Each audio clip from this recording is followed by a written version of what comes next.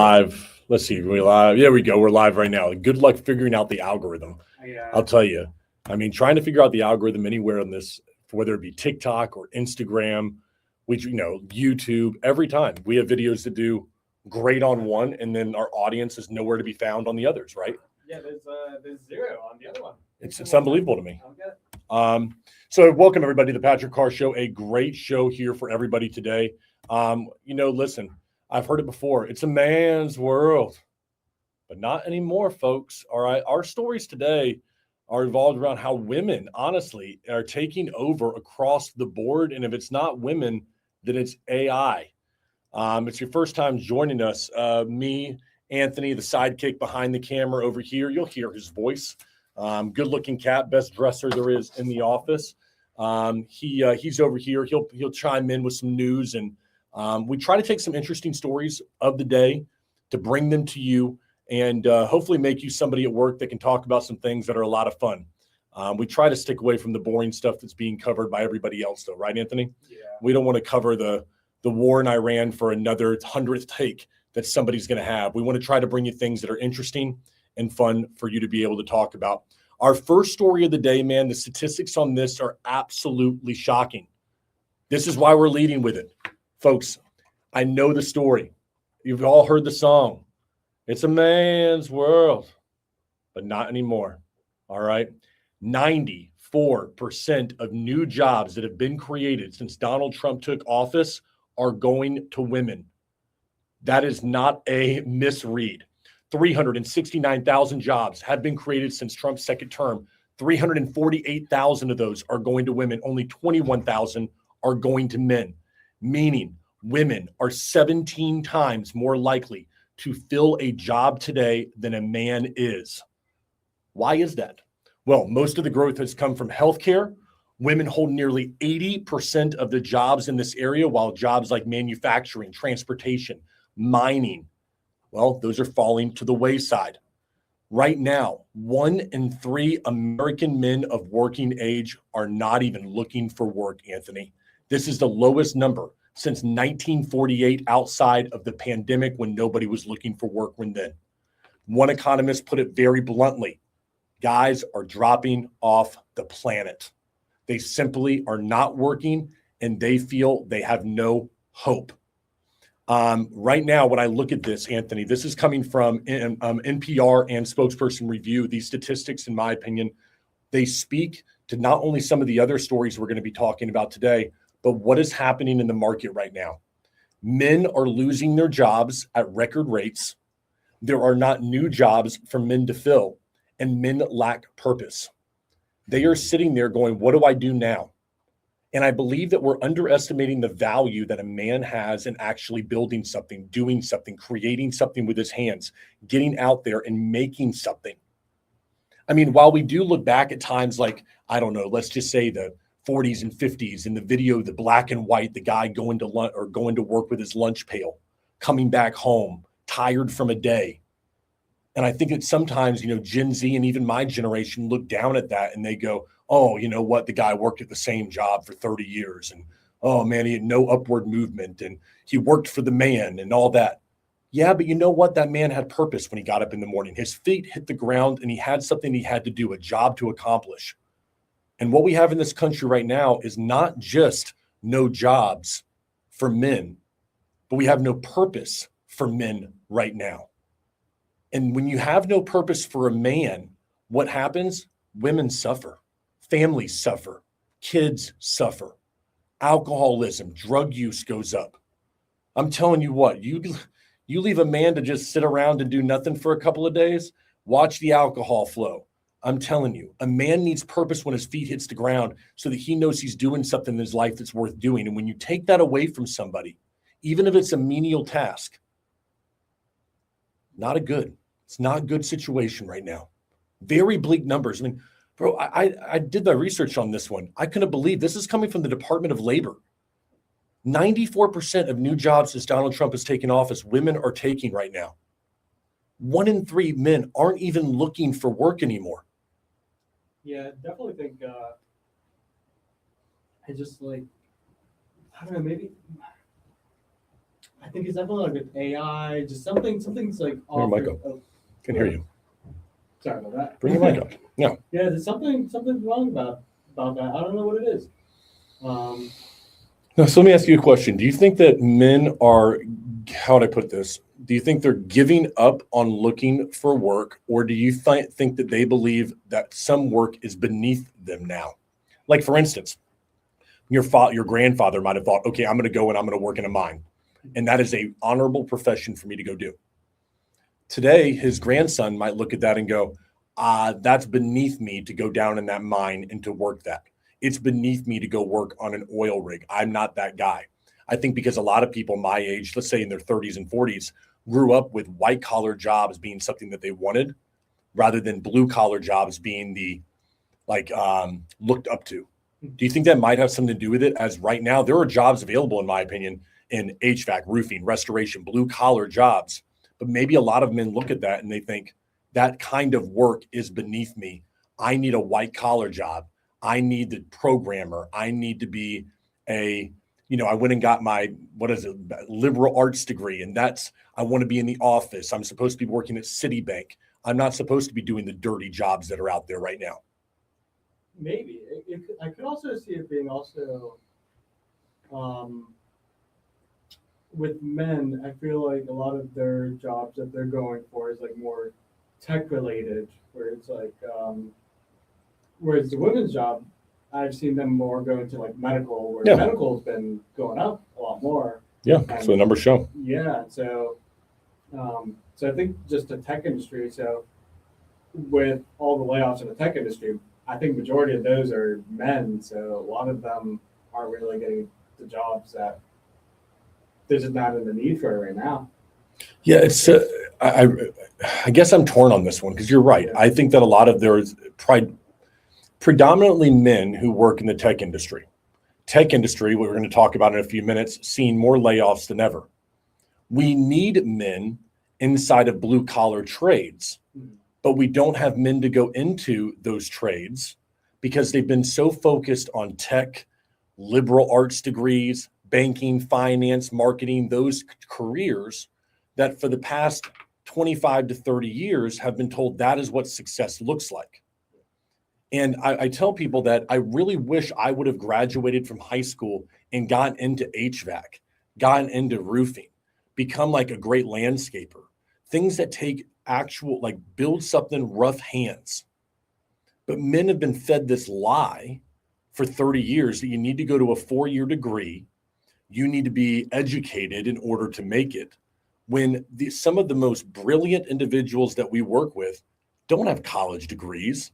If I could do it all over again, I never would go to college. It was a waste of time, money, 4 years of partying for me personally. And I got a couple degrees from UF. And so when I see this right here, Anthony, there is a bigger problem. This is not going to solve itself. If you think these numbers are bad, it's only going to continue for the years to come. There's no stopgap in place where, okay, well, next year, these jobs are going to come back. No, they're only going faster right now, leaving men to look around and go, now what?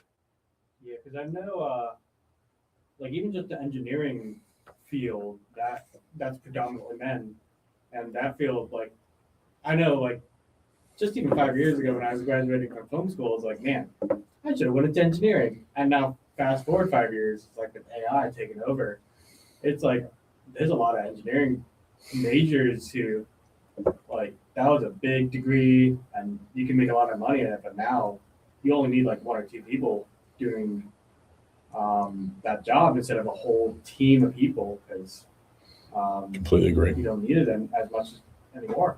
It's funny you mentioned that. I'm building the app, as you know, right? Yeah. And for everybody who doesn't know, I'm building an app right now. And I had that app quoted like 5 or 6 years ago. I've had this idea for a long time. Yeah. Had it quoted by a company in Orlando. And I think at the time they quoted me like $85,000 to build this app. And at that time, it wasn't exactly out of the ordinary. Yeah. I went back to them earlier this year and asked for a quote. And the quote actually got a little bit higher because they said I wanted some things to be done to the app. Now I look at that and I think, you got to be kidding me. Even in a matter of a few months, what we now can do with AI and building that app, can do for pennies on the dollar what they were quoting me for. And that's a programming job, engineering job. That those used to be, you'd walk into their building. I remember when I went there initially for like a consultation, people were everywhere, programming, doing their thing. Now you don't need that. And those are primarily male jobs. And so somebody has to ask the question of, what do these people do? I want you to look up a weird statistic for me. Here we go. You ever heard this thing about, women believe that men who are I guess you'd say I think they far overestimate, women far overestimate the type of man that is available to them in the market. Okay. Look at this. There's this, like, men over 6 foot make over 6 figures. And there's a polite one that's next, but I don't remember what it is. Like, there's a whole saying about it. And it's like over 6 foot, over 6 figures a year, single, between the ages of 35 and 55, like those statistics, like when you put them together, the number of men that are out there that fit into this category that women have in their head or that people have built up out there is so small. And now what we're doing is we're taking this pool of men that at one time had jobs. We've taken the jobs away. We're telling them that they need to do more with their life. Every time they open up Instagram, they're hit with something about, I don't know, some guy who's built something and made $1 million on his following, or on some Claude app that he built, some coach that's going to change their life. And yet most of these guys who are watching this, they're losing, I say most, some are losing their job, have nowhere to go, and yet every time they open an app, look at a commercial, they're being told there's something else that's wrong about them. Yeah, and I definitely think the mindset is definitely different now from them, as far as like when they're in school and stuff like that. Like, they're teaching them how to, like, if they're not doing this or getting this amount of money or this amount of this, they're doing it wrong. They're not getting what. Right. I feel like the mindset is definitely different compared to like men and women and like growing up. The weight of great expectations is real. Yeah. Men feel that now, not because, in my opinion, it's greater, but because it's forced down your throat every day as a man. When you look online, there's a certain level. There's guys who are teaching coaching, 6-pack abs, everything. You got to have a body like this. If you make over this amount of money, I can change your body. You've got guys, coaches out there telling people they need to have 6-packs and take care of themselves. I'm here to tell you this. Your body as a man is only simply a reflection of your priorities, where you're at in your life. If you stand up, like if we were in a room and there's 100 people in the room, Anthony, and I told everyone to pick out the 3 people who work out, they could easily do that, right? If I told them to pick out the 3 people who have the best marriages, could they?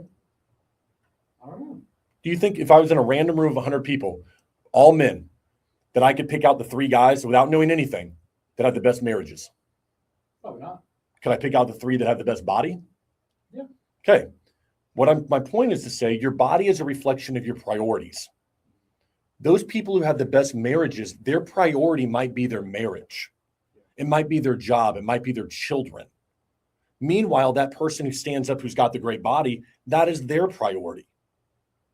But yet men out there are being fed this story of what a man should be. And in turn, what's happening is they feel less and less worthy of who they are. There's a lot of ways that you can be a great man. It doesn't mean that you have to make $100,000, $200,000, $1 million a year. There's something to be said for being a great man, for getting up in the morning and actually, and I'm going to say this, suffering. I think there's a real place in this world that men have forgotten how to suffer. Maybe because I've been going through a lot of that in my life. But I think that suffering it's not like you're suffering where you're getting your pain every day. I'm talking about the suffering when you get up and it's 4:30 in the morning and your feet hit the ground and you want to crawl back into bed, but you don't. You get up and you face another day for you and for your family to make yourself better and to make their life better. And you suffer through the bad because you know on the other side there is something that is far greater and worth it to you. That's the kind of suffering that builds men. And so I look at this statistic and I think to myself, all of these people, all these men are without work. And we're going to go through it in a couple stories here to show how many. These guys are without work. Now what?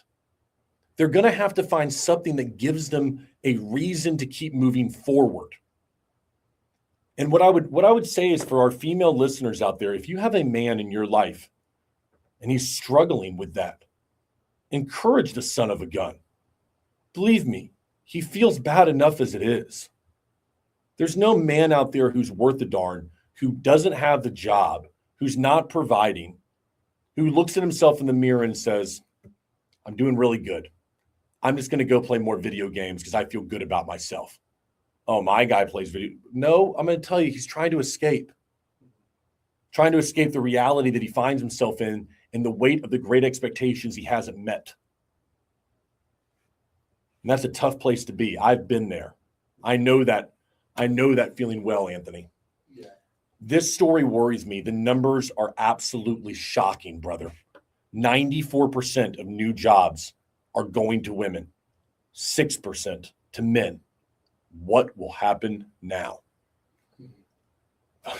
I mean, if you would have told me 60-40, yeah, 80, 94%, and for all of my Republicans out there, that's since Donald Trump took office.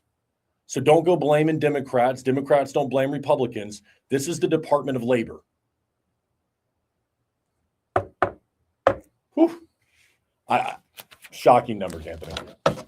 We're going on to our second story here. And again, we're talking about people in the workforce. You're going to see a trend here today because, like I said, when we look at this, I want to make sure everyone understands exactly where we're at. So here's the story now. Half of workers in the U.S. believe that they are training their own replacement through AI.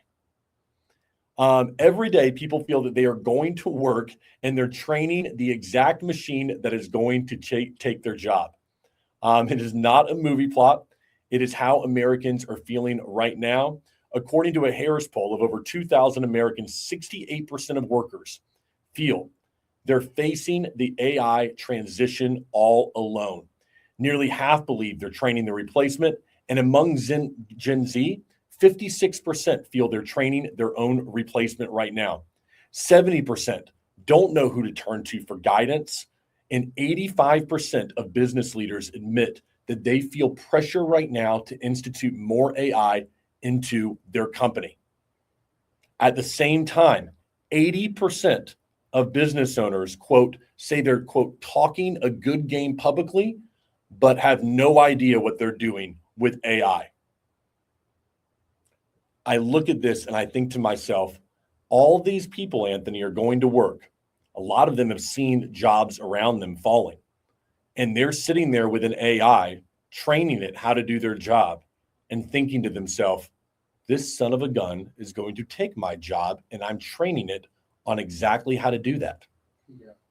I forgot what company it was. I want to say it was either SeaWorld or Disney or one of those. Mm-hmm. Like a couple years ago. It was funny because it was like I'm listening. I'm just grabbing my drink here. Listen, what's up? There was these call workers that like went over and was like, oh, let me like they have like a trip down to Guatemala or something to like train these workers. And they were like, yeah, this is awesome, free trip, free all this stuff. And they were training these workers, and then they get back a couple months later, they laid off all those workers that went down there. Yep. And just hired those people because they were doing it like half their salary or even a quarter of their salary, just so much cheaper. So they just transitioned them to there. And they were like, what the heck? We trained you guys, and now you're just taking our job. It's happening all the time. Yep. But that was 5 years ago. So like now, it's changed in the other direction where it's AI did training. So instead of like actual people, so probably those people in Guatemala are probably gone now with AI. Yeah. So. I'm gonna, we've talked about it previously, but you were there in the meeting a few weeks ago, right? What was it, about 3-4 weeks ago when I made the promise to everybody in this company? Yeah. Okay. I'll run through this real quick. Business owners that are out there, we work in media. I own a blue collar media group. If you watch the show at a certain time, you may not know exactly what I do for a living. And our media company goes around to contractors, creating content, marketing, all that stuff, right? It would be very easy for the people in my company to not want to use AI because they're afraid that, let's say, a marketing individual might be afraid they're going to lose their job if I can teach Claude how to go ahead and work with ads within Meta. So my deal with everyone in my company is simple. No one here is going to lose a job because of AI. Your job might change. You might have a different role, but you're not going to lose your ability to create income for your family. That is the promise that I've made to everybody in my company. I've made it publicly and I've made it privately to everyone here. I do that for 2 reasons, all right? Number one, I want people to feel like they have job security. It's important to me. We lose this with things like private equity, Anthony, when people don't feel like they have a home or anyone that gives a crap what happens to them and their family. I don't take for granted that you or anyone else or me, anyone in this office, that they have a family that they have to provide for, right? And I want people to know that you have a home here. And when you put in work, you're going to continue to have that place. That's number one. Number two, what I want to do is I want to foster an environment of creativity. Because if you find a great AI that can edit videos quicker than anybody, but you go, should I tell him about this? Because then what am I going to do when I'm going to lose my gig? And so what we don't get is new creative ideas put forward because people are worried about losing their job. So I challenge business owners, put your money where your mouth is right now. All right. I could easily downgrade our number of people that we have here completely, but I don't, because there is something more important to me than the bottom line here. People's lives are more important than becoming slightly 5% more efficient because of using AI to get rid of somebody's job. I'm so passionate about this, man. Like I see firms of private equity, they step in, they want to maximize their profit. Let's cut costs with AI. Meantime, what about the people, man? What about the people who are losing their jobs and now they don't know what to do? The 1 in 3 or 2 out of 3 men who aren't even looking for work anymore. I'm sorry, 1 out of 3 men who aren't even looking for work anymore. At some point, they had a gig. They had somebody in a purpose. And then someone got rid of them and said, no, we don't need you anymore. There has to be something deeper as business owners and as Americans and as people than simply just how much can we cut cost right now so that we can maximize our profits so that in 2 years we can upsell this thing to another private equity firm. You've heard me talk about this so many times. Mm-hmm. I hate it. Yeah. I hate it for people. Like anytime you own a business, let me explain something. And I don't care if you own a business like us where we do under 10 million. Let's say that we do under 10 million a year. So we do a lot more than what most businesses do. That's for sure. Never lose sight of the fact, like, how would I put this? If I have to terminate someone's employment with this company, it kills me inside. We had to terminate somebody about a couple weeks ago, right? You saw that. Kills me. And I hope that never changes. I hope it always hurts me when I have to terminate someone from my company. And I think we get so desensitized. And I look at this with AI taking jobs, people worried about AI. Oh, well, AI took it. And as business owners, you have to ask yourself that. And I would challenge a lot of you out there, if you watch my show and you're a business owner and you sold, and then you watch that employee that's been with you for 20 years get fired, when you drive past that building and you see the sign change, when you hear about what's going on inside of the business that you give 30 years of your life for, is the money worth it? How many more Mai Tais on Miami Beach are you going to drink? How many more Four Seasons are you going to go stay at? How many boats are you going to buy? Cars are you going to drive? How many nice, champagne lunches are you going to go to before you go, man, I miss what I had. And yeah, I've got a few more million in the bank, but now what? And who did I hurt in the process of doing that? How many employees are sitting there at your company right now that are worried about what's going to happen with their job? How do you think that feels for them? And as long as you're not a malicious individual and you have a heart, then Lord, you know what? Maybe it's time that you step up and start to care about the people more than just the bottom line. So sick of this AI. I say I'm sick of it, Anthony, because we read these stories all the time and they're news and they're important, but they hurt. They genuinely, I know there are people and names and families behind all of these job losses that we see. I just find it interesting now. How many weeks are we in? Like week 6 or week 7 of doing this? Yeah, like 7 or 8, yeah. I feel like every week is like another 1,000 jobs laid off, another 1,000 jobs laid off for like different companies. It's same thing, same every week. It's crazy. Well, funny you mentioned that transition right there, Anthony. Good job. Thank you, been a co-host. That brings us to our third story, everybody. If you thought that wasn't enough, I feel like I'm being bleak today, all right? But the fact is that people have got to understand what is going on out there. I mean, this is not isolated, folks. This is happening right now in front of our face. Cloudflare has cut 1,100 jobs. Get this, the same day, Anthony, they posted record profits. Let me repeat this one more time, everybody, just in case you missed it. Cloudflare cut 1,100 jobs the same day that they posted record profits. I know it doesn't add up, but let me explain. They announced that they're cutting all of these jobs, 20% of their workforce. The CEO, Matthew Prince, said AI made the jobs obsolete. He's not even hiding it. At least he's not being like Meta and Zuckerberg. This guy's just coming out and just laying it out there for people and saying, yep, AI took your jobs, so get the heck on out of here. Then the same quarter, revenue for Cloudflare is up 34% year over year. That's a value of $639 million. The company said that internal AI usage jumped 600% in 3 months. Prince says that he expects Cloudflare will have more employees in 2027 than it did in 2026, but they will be in different roles, as we just talked about. Overall, tech has shed over 100,000 jobs in 2026 alone, with Meta, Amazon, and Block all in the same play, cutting jobs, cutting costs, and attempting to increase profits. We now see the playbook, everybody. It's not hiding anywhere. They're now just going to tell you that's what they're doing. That's how much it's changed in the last 5 months of 2026. In the first 5 months, people like Oracle and Meta and others were cutting jobs, and they were like, you know what, we're structuring, and we're trying to make sure that we're in a great place to move forward with the new technologies that are emerging today. Nope. This guy's just like, AI took your job, folks. Get on out of here.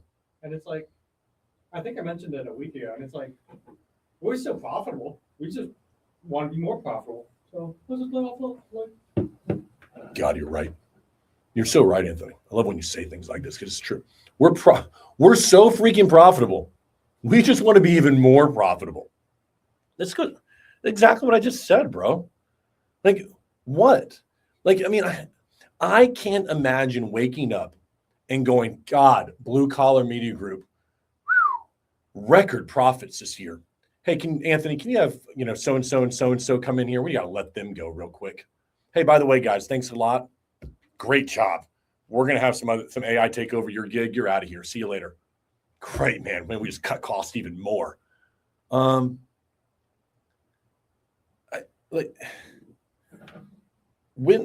did we lose the human aspect? And if that means, and I'm going to say this right now, if that means that I lose and this company loses money, I told my coach this, Landon, I love you if you watch this or you're watching it now. I am willing to lose money to have people that have steady jobs and steady paychecks that they can depend on. I'm willing to take less. I'm willing to be the least paid person on my team for other people to live more comfortably and to have job security. That's not a joke. I don't take dividends. You've heard me talk about it, Anthony. Like, I want people on my team to have a good life, to look at me and go, you know what, man, that's a guy worth respecting and a company worth going to work for that genuinely cares about people here and the people that we serve. For me, I'm sorry, that to me is worth more than a few zeros in my bank account. And if I'm going to drive the Escalade as compared to the Tahoe. To me, showing up to a place where I can walk in the door here as a CEO with my head held high, knowing that the people who work for my company are getting the absolute best that they could possibly get from me means more to me than walking in here having cut 3 jobs last week so that we can be more profitable in Q3 of 2026. Yeah.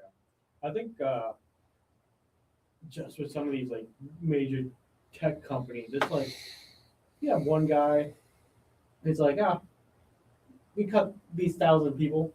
I've never met them before. Who cares? So they just look at them as a number, like, oh, you know what?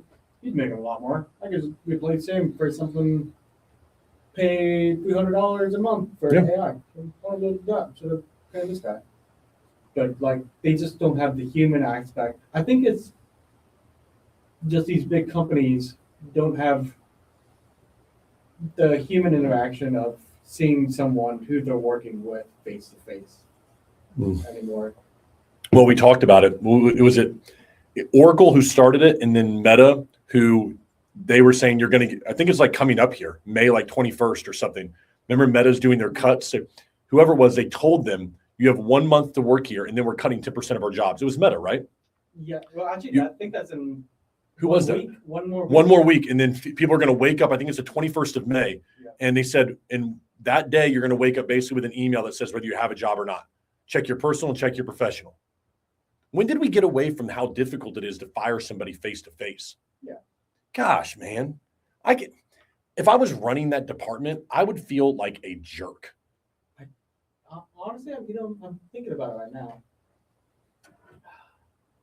I feel like too, going back to like 2020, with like how a lot of these jobs went from, I feel like it was a big jump from jobs being in person to being mainly online or mainly work from home or hybrid. So then there was like a big gap or big transition from there.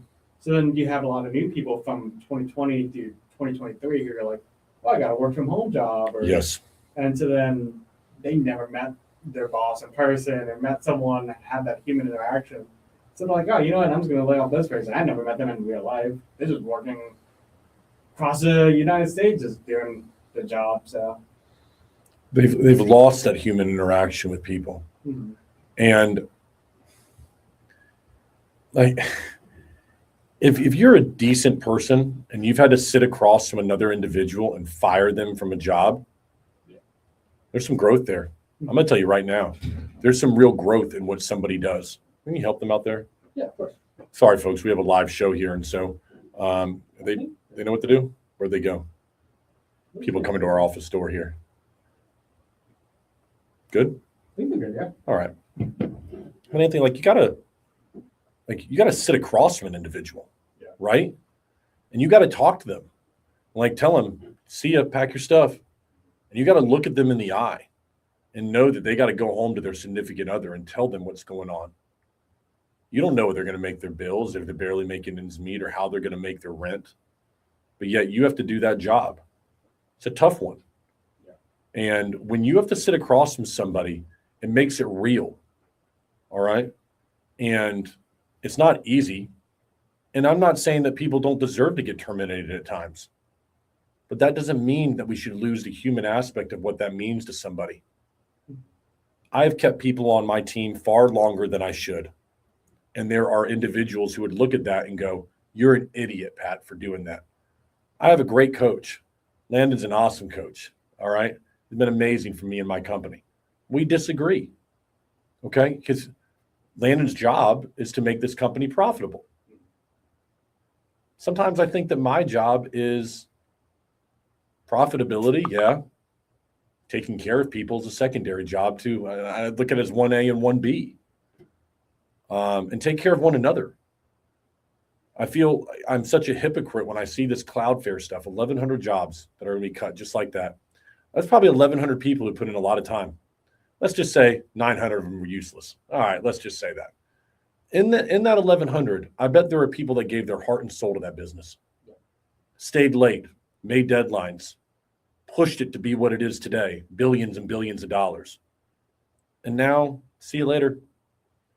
When I see someone like you yesterday, you come in here, we got off a red eye, came to work, you're working your ass off, but you get it done.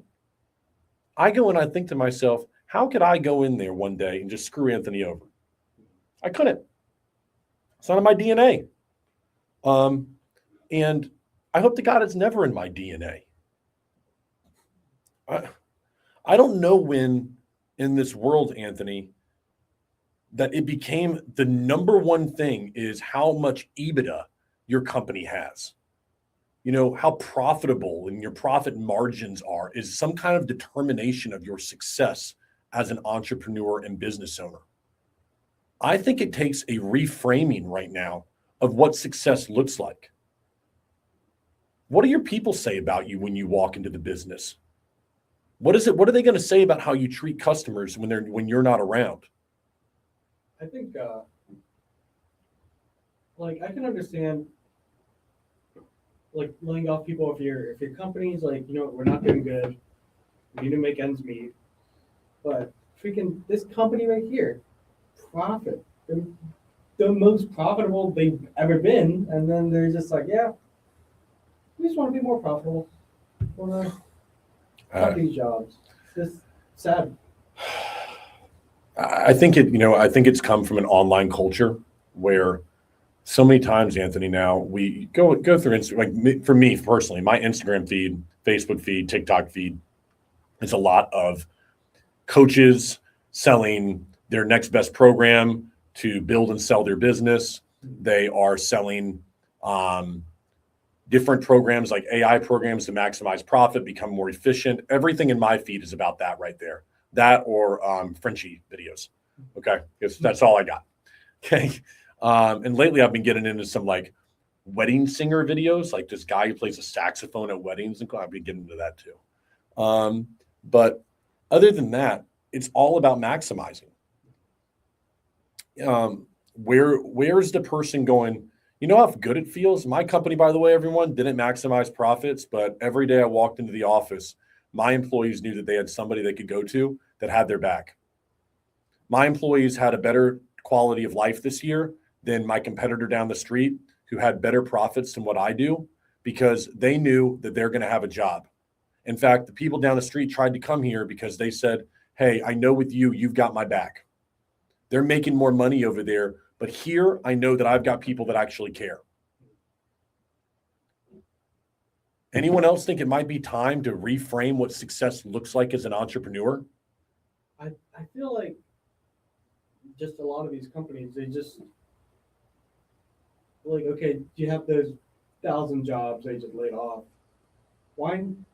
I know that they're saying, oh, next year we're gonna bring back more, but I really don't think they are. They're not. But why not train those 1,000 people to using the AI, using it, and scale your business even bigger than what it is now, but keeping their jobs still? The answer, Anthony, is a sad one, but a true one. The answer is because every one of these companies a lot of them have shareholders they have to answer to, right? And what they want to show is what's on the books, the numbers, their shareholder price to the board, right? And they have a fiduciary responsibility to maximize the profits to them. That is the contract that you make. And so, but there are probably people that are sitting on that board or that are making those decisions. They may feel like, hey, I agree with Patrick, and I also have a responsibility to the shareholders that I serve. And this is what the responsibility is. So I have to do what I have to do, or I'm going to lose my job. What I'm saying today is that I would like to see a reframing, which we should do on this show. We should talk about it more often, Anthony, and you especially get a chance to see me behind the scenes. I hope you'll back me up on this. I think there's a reframing to two things. Number one, caring deeply about the people that work at your company. And then second, caring deeply about the product that you serve and your customers that receive it. If you care deeply about those two things, it is my opinion that you're likely to have a great place to work and a great product to deliver. That is what an entrepreneur should be. And somewhere it's gotten twisted. How much am I going to get on my exit? How much EBITDA? What is my profit margin? You got to run a successful business. We don't want to not make money here. But I don't want to make money at a place where I look around and I go, man, like I need an HR department around here because Lord, all these issues that we have, and I want to make sure I'm legally liable for this and that. That ain't a place I want to come every day. I want to come here, shoot the shit with you. I want to have good people that work here, like Russell's and all those guys. And I wanted to come in here and I wanted to feel like, man, this right here is a place that we are trying to do good work for our clients. And I'm proud to wear that name across my chest. I made a promise, Anthony. I don't think I've ever told you this. When I first started this company, I made a promise to everybody who started here. And that promise, I'll make it to you right now. My promise to them was that you will never have to walk in a room and wear this logo on your chest or on a hat and have to worry about what it represents. Have to look over your shoulder and go, did we do things the right way? Did we screw that person over? Did we lie to them? Oh, don't go talk to them. No, those people are, we didn't really do that great of a job there. Never. When people put on this logo right here, I want them to be proud to go, I can walk into any restaurant, any trade show. I can be on any flight to go anywhere and meet any potential client or previous client. And I can put my head high, put my shoulders back, and know this is a company that always does things the right way. I don't make the promise to somebody that you're going to go and we're going to make the most money of any media company there is out there, because that is not my number one priority. You can give me all the money in the world. And if I had to wake up on a Saturday morning and I had the reputation of a piece of crap who screws people over, I don't care what car or house I'm in. I don't care what hotel I get to check into that day or activities I get to experience. If I have to live with myself and look in the mirror and know that I'm screwing people over or I'm not giving them the best life I possibly could, that ain't the life I want. And I've made that deal. And I think it's a pretty damn good deal to make. That's just my opinion, though. No, I definitely agree. I'm definitely doing the right thing for everybody and just trying to make everyone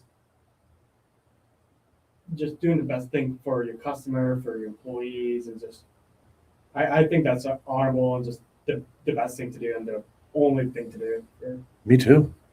It's the only way to run this. Yeah. It's not the only way. What am I talking? It's not. It's the way I want to, though. It's the way when I leave here at 8 o'clock at night and I get into my car or I lay my head down at night, if I made a mistake today or we don't deliver for a client, I know in my heart we've given them everything that we can. And I will do whatever it takes to make it right. And so will my people. Because everyone here has the same philosophy or they wouldn't be here.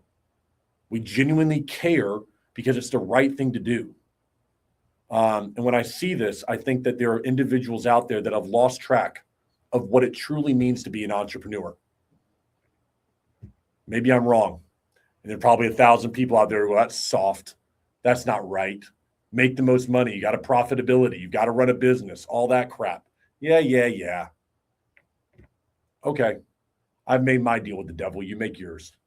So that story right there. I want to go into our fourth story of the day. We're lightening it up here a little bit, all right? But this one was surprising to me, okay? New data coming out of, it's coming out of reviews.org along with cabletv.com. So it's a little bit skewed, but the numbers are true here, okay? New data is coming out that says this: 49% of American households have canceled or downgraded a streaming service in the last year. The average household pays $69 a month for streaming. Millennials are at the highest, paying $76 a month on average for their streaming services. Let's go through the big five, everybody. Netflix is going to run you somewhere around $12.99 to $14.99 a month, depending on where you're at in the service. Disney Plus and HBO have 128 million subscribers. Paramount Plus, 79 million. Peacock has 41 million subscribers. Now people are saying, enough. Folks, I want you to remember why we got into streaming services and why they were so appealing. It's because you could only get what you wanted. It was like, I don't need all these channels. You're telling me I can stream just one thing with movies like Netflix and that's all I need? Great. I can go to one place and I can save money. Now, it's basically just like you're back to having cable. You've got Hulu, Netflix, Amazon Plus. You've got Prime or what is it? Amazon? Is Amazon Prime? Yeah, Prime Video. Prime Video. So you've got all of them. And all of them together, you're paying like $100 to have them all. And you don't want to be that one person who doesn't have the one of them, because then when the show comes out, you'd be like, I don't have it. I had this happen with Peacock because of Dutton Ranch, because of Yellowstone. But what we're seeing right now, and this was the interesting statistic to me, 61% of households that were surveyed said that they would cancel a subscription if there was a $5 increase in the monthly fee. People they're looking at this like, holy crap. When did I start getting 5 subscriptions and I'm paying how much? I'm paying $90 a month for my 5 subscriptions right now. And how much TV are people freaking watching? I'll be honest, I don't have cable in my house. Now I got rid of it. I mean, like, I don't even watch. I don't have a TV. I've got the internet, but I don't even have a TV right now, bro. You know, I just moved, but I don't think I'm going to get one because I never watch it. You know, I don't understand, like, how much TV are people watching? Can you look that up? Yeah. How much time does the average Netflix user spend watching shows? Average. I'm going to go 4.5 hours a week. 4.5 hours? Really? I think it's more than that. You think it's more than 4.5? Okay. Talk to me. Just per day, it's an hour and a half to 2 hours. Oh my Lord. A day. So that's Folks, look at that. The average Netflix user, when you're saying spends 12 to 14 hours a week watching Netflix. yeah. I'll be honest with you, I'm in that boat too. No, Anthony, we got to talk. Hold on. Hey, What are you watching? Well, maybe not Netflix, but just like Peacock or anything, just What are you watching for 14 hours, bro? Parks and Rec. Oh my gosh. I just want to chill. No. Maybe I'm in the wrong here. How many hours is acceptable then to watch streaming services a week? Well, you're going to go obviously 15 to 20. I don't think somebody should be watching these shows for more than 5 hours a week. Okay, I get it. Now, me, it's 0. All right, unless it's Dutton Ranch or Yellowstone. Okay, I get it, or Landman. All right, but over the course of time, I am not watching this stuff regularly at all. And that's average. Oh yeah. So that means there are people far in excess, and then there are people like me on the other side who have like a Netflix who never even watch it. But 14 hours, let's say approximately 14 hours on average every single week, somebody is watching. That's just Netflix? Yeah, and it says 7% of users binge at least like 3 episodes in a single sitting. So. I can see that happening. Yeah, I could definitely see that happening. How much time should somebody watch? What do you call it? Streaming? Netflix? What do you call it? Services? I don't call it television anymore. Streaming services? Yeah. It says, well, there's no strict thing, but it just says most people watch streaming videos around around 10 hours a week. So we're looking somewhere around 10, 12, 14 hours a week, the average person. So that all checks out, right? Yeah. Wow. Folks. That means on every month, people are putting in a good solid work week of watching TV. Yeah. Maybe I should take back everything I said about workforce, okay? Like, people are just hanging out now, basically a work week a month, just chilling out, watching Netflix, hanging out, watching shows. All right. My question would be this. If you had to get rid of one, which one are you getting rid of? And then the numbers are out on this one. So I want to say this. Let me find it right here. As far as loyalty goes, 42%, let's see here.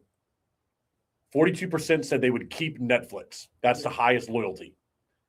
And the lowest loyalty, Apple TV. Oh, I can see it.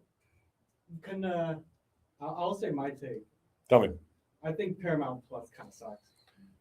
What's on? Where's that? Ranked? Number 1 for me. Oh, what about on the stat? It doesn't say. It all it has is three of them here. Is Netflix at 42, 13% said Hulu, and 2% said Apple TV the lowest. Let me double check. I think it's Paramount. I'll tell you what, you need to stop making fun of Paramount right now. Okay, Paramount Plus. You know why? You know why? That Ranch? Yeah. But I thought that was Peacock. Peacock. Okay, you're right. You're right. Forget Yes, Paramount yes. Plus. Forget. That shows how much I watch it. I love Peacock. I'll say that. Doesn't Peacock have Landman too? Let me check. Peacock's got like Dutton Ranch. It's got Yellowstone. I think it's got Landman. I think it's got Tulsa King. I don't know. I mean, Tulsa King might be Netflix. What does it got? Talk to me. Hang on.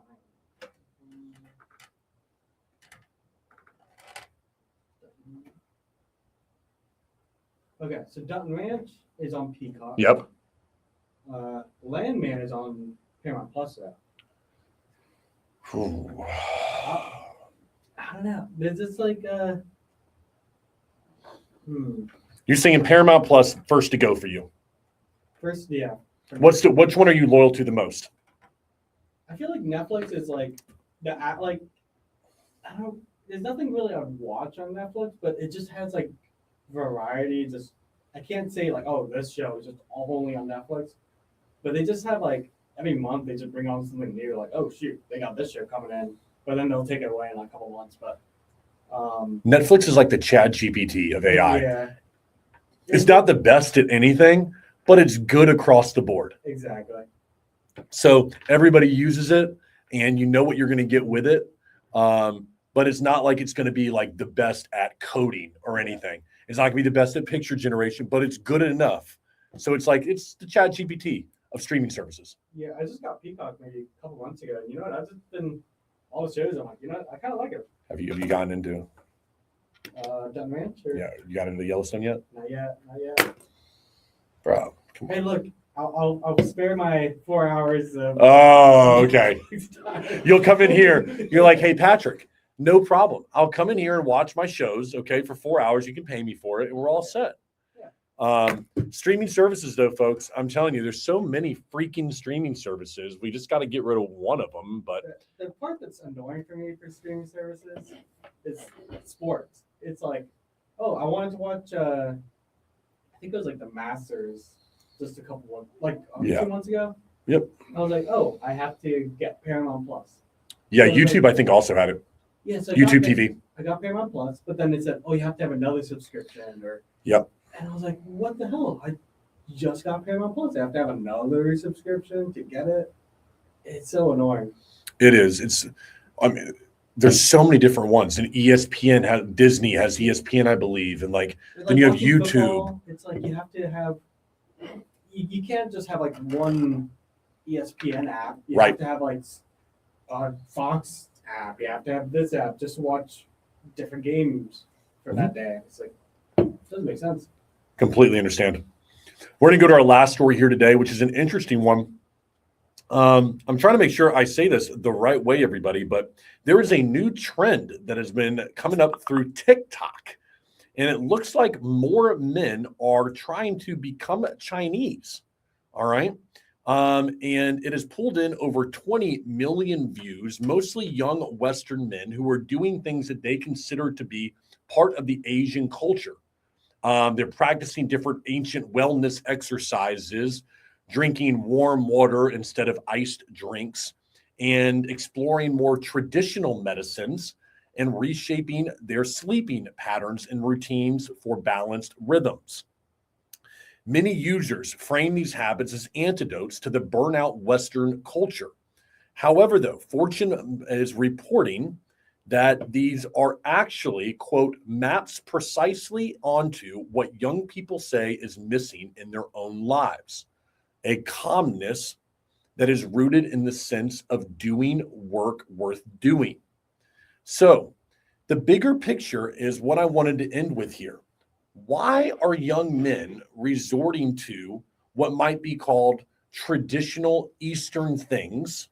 Now, I don't believe that that's what Eastern culture is all about, but I believe that young men are searching so desperately for purpose that they're looking to TikTok to try to find tranquility out there. And in the meantime, they're appropriating what it might be called Eastern culture with things, in my opinion, that far simplify what it means to be a part of, let's say, Asian culture. That to me is a far simplification of what it means. But what it does is it shows this desire for men to find something that they can actually grab a hold of. I think we first saw this in a negative way with the Tate brother, Andrew Tate. Yeah. Men started gravitating towards someone like that. Then that was happening during the pandemic side, okay? And then you saw some really good things happen. Jordan Peterson, someone like that, who people started to gravitate towards in his books and stuff. And now I feel like we're in such a fragmented media society that men are looking to various things to try to find this purpose that's missing internally within themselves. And that purpose is lost because they have nothing that they feel like they're adding to society right now. And so they're looking internally to try to find that purpose. And I'm going to tell you right now, everyone, if you fall into this category, you're a man and you feel like, man, I've lost some purpose in my life. Get outside and do something with your hands. Build something. Go create something. Go out there and take something and say, I'm going to do it. And then look at it and go, man, I did that right there. There's a sense of pride when you begin to do that for yourself that you should never take for granted. Even if it's something small. Think about when you were a kid. What'd you do when you went to the beach? Built a sandcastle. And you looked at that sandcastle and it was good, right? When all these stories that we're talking about here today, Anthony, have to do with where men are at within our society right now.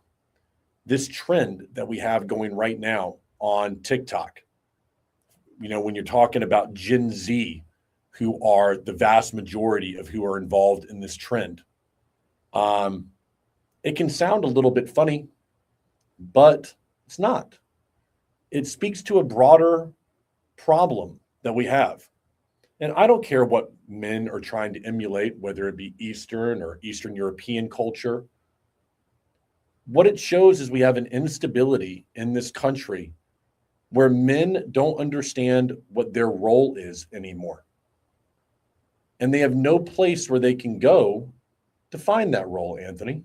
Mm-hmm. How many men, this shocking number we came up with last week, they were saying that how many men are turning to AI for advice in their life? It was over 50%. I can't remember the exact statistic, but we were like, shoot, that means men are turning to like a Claude for advice on how to be a man or the decisions that they need to make. We are so busy looking for this end all be all, this, man, if I could just study Eastern medicine and I could just become more one with my body or whatever else, or I could ground, I'm all about grounding and, I could drink this water that's got a certain pH balance in it. My body's going to feel better. I think what people really need to do is get outside, chop some wood, I don't know, smoke a cigar, drink a little whiskey, sit by a lake and maybe, go fishing a little bit. I don't know, do something out there outside and then build a table. There is something to be said for that right there. And don't knock the simplicity of that. I mean, oh yeah, that sounds cool, Pat. Yeah, let's go. Yeah, it's really going to solve the problem. I don't know. Sounds like a pretty good Saturday afternoon to me. I think it's kind of therapeutic. I think they're just trying to find something almost just therapeutic for themselves, with at least for the China maxing, where it's like, oh, they're just let me drink some tea, calm myself. Where it's like, even just as you said, building a table, doing something like that. To me, that helps too. Yeah.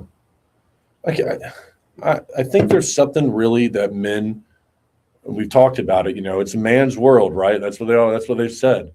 But men are suffering right now, and they're suffering in silence. And I see it in myself at times. Mm-hmm. I see it online when I look at people. We have that one friend of mine, remember we've talked about him a number of times, who very loud online. And I know he's suffering inside because I've had private conversations with him. And that's happening all over the place. And it's happening a lot for men that are sitting there online and they're consuming content that's making them feel worse about themselves, making them feel like they're less than because maybe they are not at a financial place where somebody else is. Maybe their relationship doesn't look as happy. Maybe they're not as attractive as they once were. Maybe they've made a lot of mistakes, like me, and they look at the weight that they have of unrealized potential weighing on them. And it's very interesting too, because that person that you mentioned too, where it looks like they're doing great and doing all this stuff, but internally they're struggling. But then the things that he's posting, someone else could see that person and be like, oh man, that person's great. He's doing all this stuff. And so that person is feeling something internally where it's like, oh man, I want to be like this guy. But really, that guy's struggling too. He is. So, And I want to try to leave with some piece of advice that I can give that might, if somebody watches it, Anthony, we don't get a lot of people that watch our episode, but my hope is that one day somebody will go back and they will watch this. And I'm trying to think of the moments in my life when I've been at my lowest, what has gotten me through. And I come back to this saying, and I'm going to butcher it, so work with me here, okay? We'll edit it out if necessary in the short form. There are really two places that you can be at in life, all right? You can be in the storm or you can be out of the storm. That's it. You got good times in your business or you could be in the storm of your business. You could be clicking on all cylinders in your marriage or you could be just at each other's throats right now. If you're in the good times, cherish them. You know why? Because the storm is coming. And if you're in that storm right now, understand that good times are going to be ahead of you. You're going to come out of that chapter. It is only a chapter within your life. And in what I've gone through within the last few months, which is, and working with me closely here, has torn me to my core in a way that a pain that I'm trying to think, Anthony, how to describe the everyday pain that I feel some days, most days. It's like that it's, I don't know how you put it. Like if you had some, like a pain, like where it's like a 4 that's always there, like a scale, it's like a 4 that's always there. But every now and then it jumps to like a 10 and you feel like a sharp pain in your body. That's how I feel in my mind. That's how I feel emotionally with what I've gone through in the last couple months. And I've thought about that many times on the way home where, okay, Patrick, you're in the storm right now. And somebody else probably is in that storm right now too. And if they are in that storm, there's going to be another side of it. And you're going to come out on the other end. I'm not saying you're going to come out pretty, or I'm not saying you're going to come out with everything you went into the storm with. But what I am saying is that chapter will close. sometimes with things like this storm and stuff, we come out, honestly, you come out stronger. And you think to yourself, like, man, like you look back on yourself a year from now and you're like, I remember this person, and you know what? I came out stronger now than I ever was, and you know what? I'm proud of myself for who I am right now, and all this crap that I had to deal with, and all the stuff and pain and stuff. But you know, I feel better now than I did back then, and you know what? I'm happier now than everything too. So I agree with you. Stronger is always an interesting word to me, because if we're to take the fable, all right. The dragons in your life don't get smaller, all right? As you progress in life, the dragons actually get bigger. But now you become more equipped to handle those dragons of life. Because the first time that you step in front of one, the first time you have the heartbreak when you're in high school, the first time you have failure and you experience it, the first time you become somebody that they laugh at you, or you're made fun of, you're not equipped to handle it. But over time, you become more equipped to be able to slay the dragon that's in front of you in life. And I look at it and I go, the problems that I experience internally now that I kind of brush off were the biggest deal to me 10 years ago. And it's not because I've grown up and matured. It's because I've slayed that dragon already and I understand how to play that level. And that's what it is in life, folks. I mean, you're going through a game and you've got levels. Level 1, everybody can get through level 1, right? I could give a 10-year-old Mario level 1 right now. He'd figure it out real quick. Okay? Put that person on level 10 Mario, he's going to die a few times and have to come back and reset it. As you go through life, you're going to go through it in different levels. And sometimes you're going to walk around that corner and somebody's going to get you and you didn't see that guy there. And you reset and you start and you go, ooh, before I walk around that corner, I know that guy's there. I'm going to go this way right now.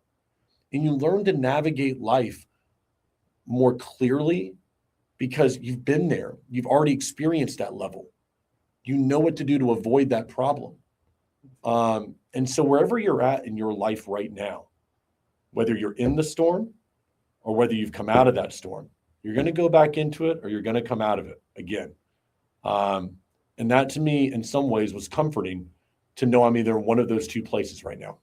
One quote that I love is, I just pulled it up, but it's a scar is like a carving on the back and the bark of a sapling. Over time, the carving won't go away because the way the tree grows, it won't go down or much, up or down much either. It will stay right where it began. It might even get darker, but it won't get bigger. However, you can get bigger. You can grow, do more things, more branches, be more things. That wound won't get smaller, but you can make it a smaller part of who you are. Wow. That's, Who said that? it was like a paraphrase from Wow. Z. Franco's. That's beautiful. Well, I'll end on that note. That's a beautiful saying. Put that into a short right there, man. That is truly beautiful. It's a really good way to illustrate the scars of life, Anthony. I think that's wonderful. Thank you for sharing. I mean that. You have to send that to me after because I'm going to steal it or something. But folks, wherever you're at in your life right now, this show can go in a lot of different directions. Believe me, we could be talking about news and we'll jump into this. But take that saying that Anthony just said. I hope you embody it and make today a great Thursday. We will be back tomorrow. Our Friday episodes, always a little bit of fun. And we'll have a Friday episode for you here with myself and Anthony here on the Patrick Carr Show. Look forward to seeing y'all tomorrow. Make it a great rest of your Thursday. See you later. That's a great saying, buddy. I'm really happy you shared that. I'm into this right now. That was a really